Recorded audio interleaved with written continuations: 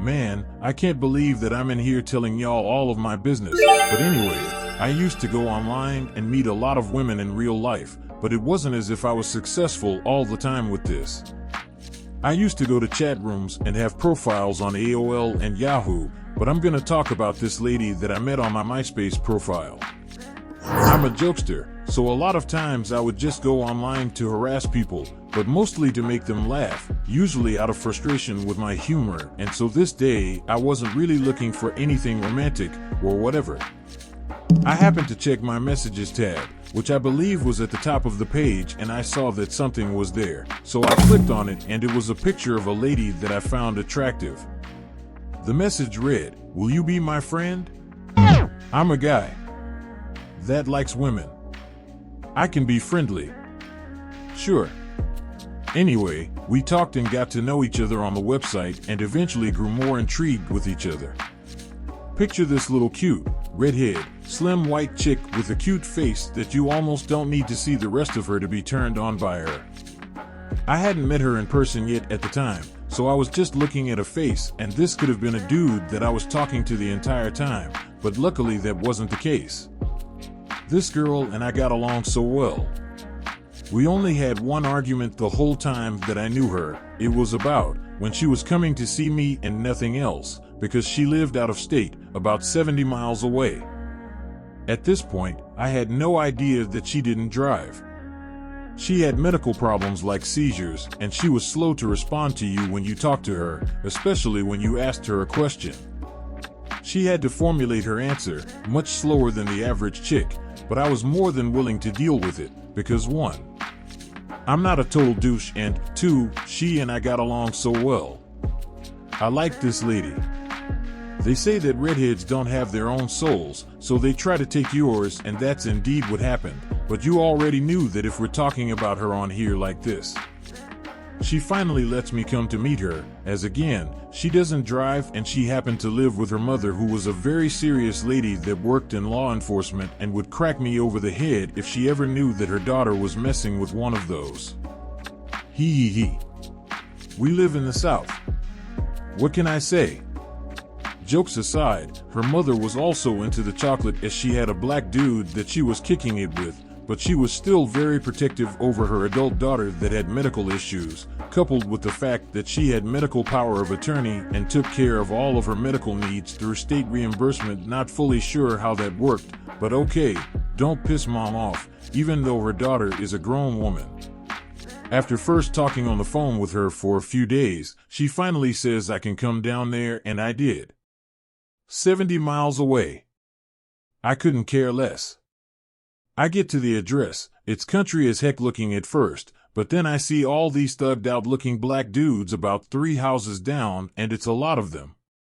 I'm hoping this isn't a setup, but of course, I'm thinking with my lower brain at this point, and I can't wait to see if this girl is who I was talking to on the phone for this long. I knock on the door. No answer. Knock. Ring the doorbell. No answer.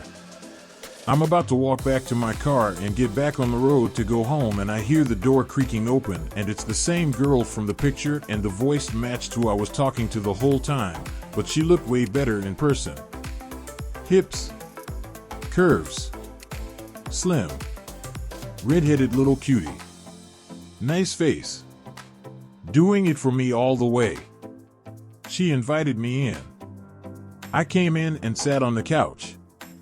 She was nervous. I was a little nervous, also, mainly because this was her mother's house and I knew that I wasn't supposed to be there without her permission, but I urged her to let me meet her. Her mother was at work, so this was the time.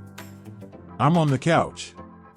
We're sitting there talking for about a half an hour or so, and all of a sudden, she just gets up out of her chair diagonally across from me and comes over and sits on my lap and starts kissing my neck and then my lips, and then, well, it progressed to full-on carnal knowledge. Carnal, in that it was definitely a needed activity and knowledge, and that we were learning about each other's bodies, not just right now, but right now. She had nice red hair, and let's just say, the carpet matched the drapes, as they say. She had a little teardrop booty, what we call an onion where I'm from. She wasn't supposed to have any of that.